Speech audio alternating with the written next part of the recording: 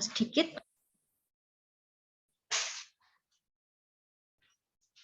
Nah ini ya, kita sampai di sini tadi di chilling injury. Jadi adik-adik sebenarnya untuk pisang itu sebenarnya sebaiknya disimpan di freezer ataupun di kulkas itu akan mengalami chilling injury. Apa sih chilling injury? Itu kerusakan adik-adik ya. Nanti dicoba aja, ketika praktikum akan bisa terbukti ya.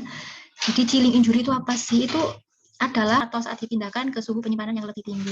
Jadi kulit buah menyusut, ada lubang kepiting hitam-hitam itu sudah terbukti dari penelitian kakak kelas ya. Nanti adik coba ketika praktek. Lubang tersebut berubah warna dari warna aslinya, kehilangan air ya. Jadi lubangnya itu tambah besar, coklat gitu ya. Kemudian pencoklatan jaringan sel atau kulit di sekitar jaringan pengangkut dalam buah ya, buah muda gagal masak, tidak merata, lambat karena kita simpan di suhu yang dingin tadi, chilling injury. Injury itu kan luka ya, chilling itu dingin. Degraining berjalan lambat ya, kemudian sayur berdaun lebar, dan pepaya ini tampak berair pada jaringan yang rusak.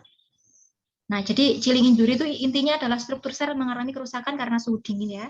Jadi media untuk mikropatogen, misalnya jamur, ini seling dalam bentuk latent infection selama panen, transport atau pemasak aroma. Kalau biasanya wangi semerbak disimpan di ruang, ini aromanya, rasanya off ya, flavor off, nggak ada aroma lagi, nggak kecium wangi lagi ya.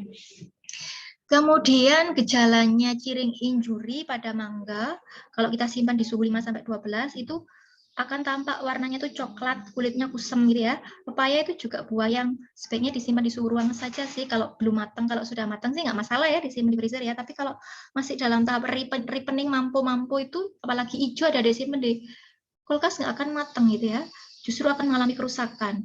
Kulitnya popeng, warnanya coklat gelap, bercak kulit meluas, berwarna gelap. Ini nanti dicoba aja ya ketika praktikum biar bisa membuktikan sendiri.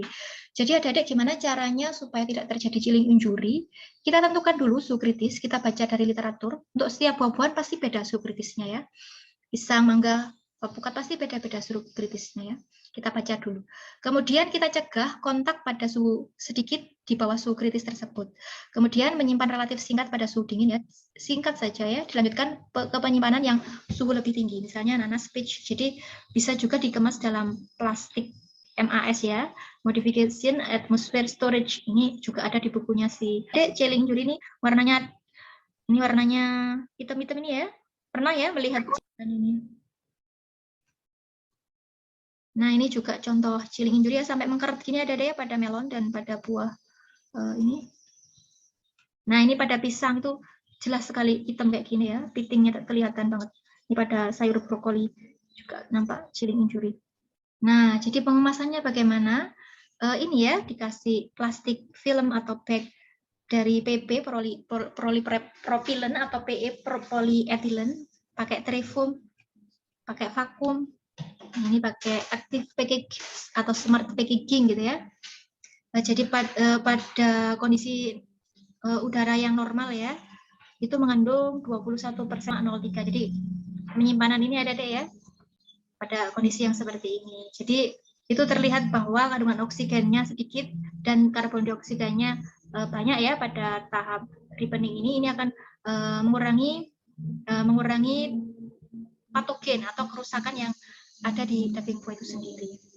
Ini CA ya, ada ya, metode pengemasan atau penyimpanan dengan kontrol atmosfer itu umumnya untuk menurunkan oksigen dan meningkatkan CO2 ya konsentrasinya. Jadi diatur oksigen dan CO2-nya. Kemudian ada MA, modified atmosphere, itu digunakan untuk mengontrol dari suhu penyimpanan atmosfer ya. Jadi kalau tidak dikontrol itu misalnya pada kemasan plastik polypropylen itu ya, ada mesinnya nanti.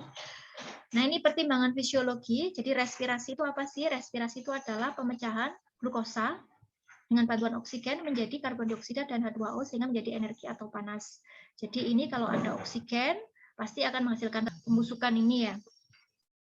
Sehingga apa? Oksigennya kita rendahkan, CO2-nya kita tinggikan, itu maksudnya ya. Jadi kondisi atmosfer yang dimodifikasi itu adalah kondisi atmosfer yang normalnya itu berbeda dengan yang ada di udara seperti ini ya. Jadi pakai mesin seperti itu ada adik. Jadi ini biasanya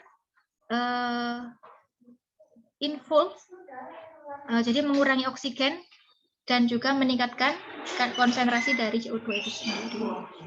Ini untuk proporsi gas dalam penyimpanan ya. Jadi ini oksigen, karbon dioksida, yang ini nitrogen ya. Oksigennya disedikitkan ya, karena kalau ada oksigen nanti dia respirasi, kalau respirasi cepat rusak gitu maksudnya. Jadi oksigennya diminimalkan. Jangan kalau bisa nggak ada oksigennya deh. Nih ya, seperti ini kan ada nitrogen aja. Jadi ini daya tahannya lebih lama gitu masuknya. Nah, ini contohnya menggunakan MAP ada ya. Modified atmosphere tadi. Nah, ini juga pakai MAP tadi pengemasannya. Nah, terima kasih. Jadi ada yang mau ditanyakan? Silakan.